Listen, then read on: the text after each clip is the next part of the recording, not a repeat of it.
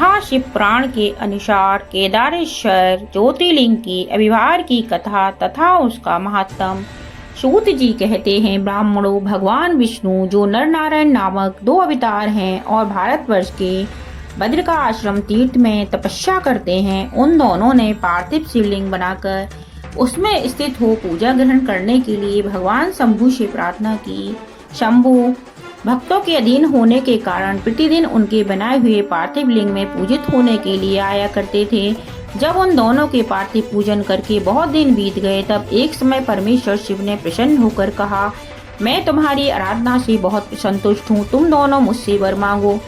उस समय उनके ऐसा कहने पर नर और नारायण ने लोगों के हित की कामना से कहा, देवेश्वर यदि आप प्रसन्न हैं और यदि मुझे वर देना चाहते हैं तो अपने स्वरूप से पूजा कर ग्रहण करने के लिए यहीं स्थित हो जाइए।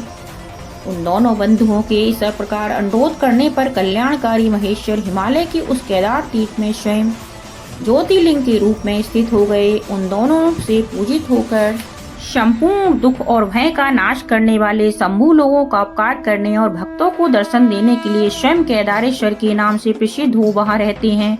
वे दर्शन और पूजन करने वाले भक्तों को सदा अभिष्ट वस्तु प्रदान करते हैं। उसी दिन से लेकर जिसने भी भक्ति भाव से केदारेश्वर का पूजन किया, उसके लिए स्वप्न में भी दुख दुर्लभ हो गया। जो भगवान शिव का प्रिय भक्त वहाँ शिवलिंग के निकट शिव के रूप में अंकित वलय कंकड़ या कड़ा चढ़ाता है, वह उस बलि युक्त स्वरूप का दर्शन करके समस्त पापों से मुक्त हो जाता है, साथ ही जीवन मुक्त भी हो जाता है। जो बद्री वन की यात्रा करता है उसे भी जीवन मुक्ति प्राप्त होती है। नर और नारायण के तथा केदारेश्वर शिव के रूप का दर्शन करके मनुष्य मोक्ष का भागी होता है, इसमें संशय नहीं है। केदारेश्वर में भक्ति रखने वाले जो पुरुष वहाँ की यात्रा आरंभ करके उसके पास तक पहुँचने के पहले मार्ग में ही मर जाते थे, वे मोक्ष पा जाते थे। इसमें विचार करने की आवश्यकता नहीं है। केदार तीर्थ में पहुंचकर वहाँ प्रेम पूर्वक केदारेश्वर की पूजा करके वहाँ का जल पी लेने के पश्चात मनुष्य फिर जन्म नहीं होता। ब्राह्मणों, इस भारतवर्ष में संपूर्ण युगों की